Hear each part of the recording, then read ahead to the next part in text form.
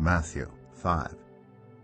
Now when Jesus saw the crowds, he went up on a mountainside and sat down. His disciples came to him, and he began to teach them.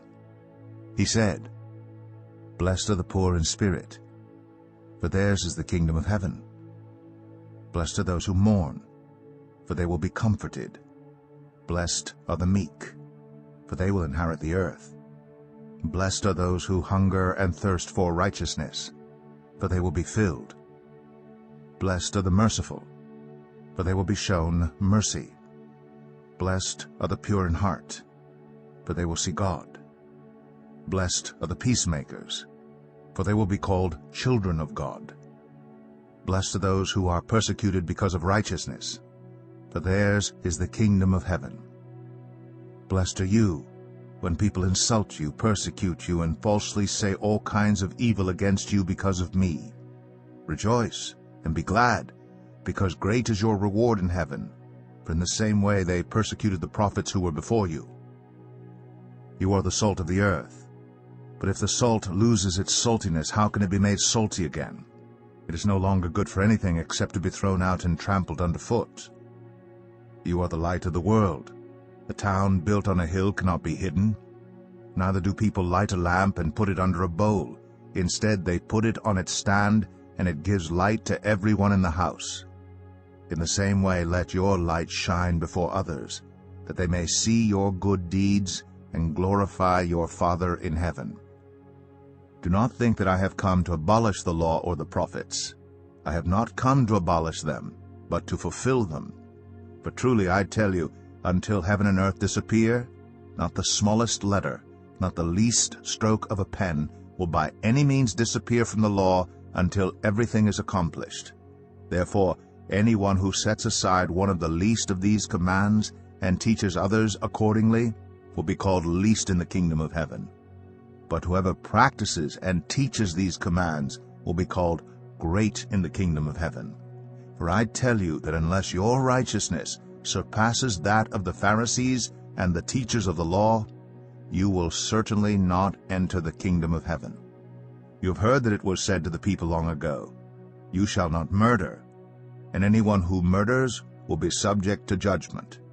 But I tell you that anyone who is angry with a brother or sister will be subject to judgment.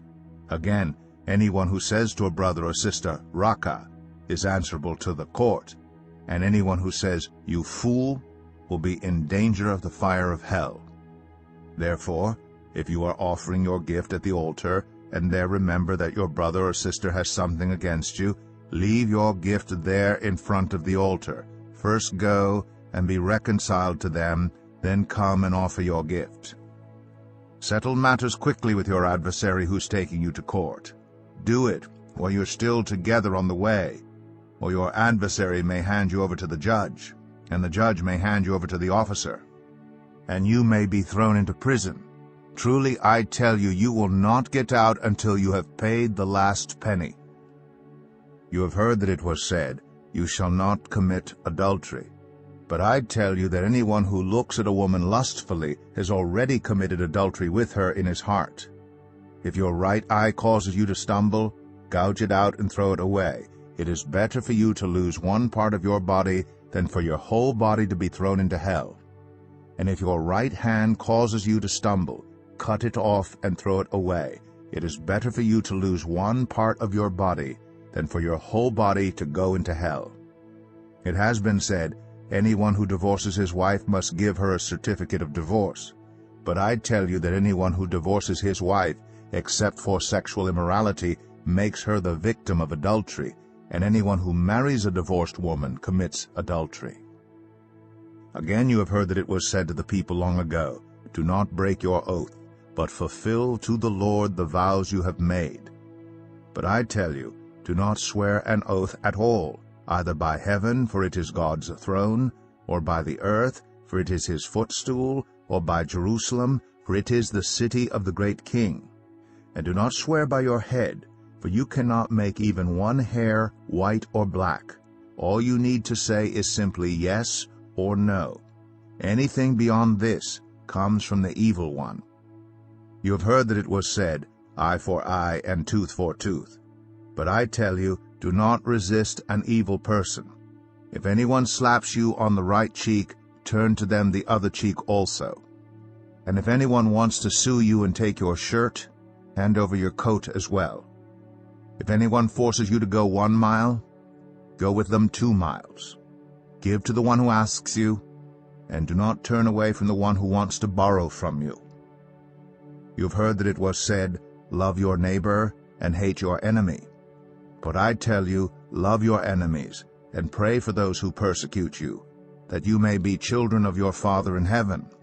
He causes his sun to rise on the evil and the good, and sends rain on the righteous and the unrighteous. If you love those who love you, what reward will you get? Are not even the tax collectors doing that? And if you greet only your own people, what are you doing more than others? Do not even pagans do that? Be perfect, therefore, as your heavenly Father is perfect.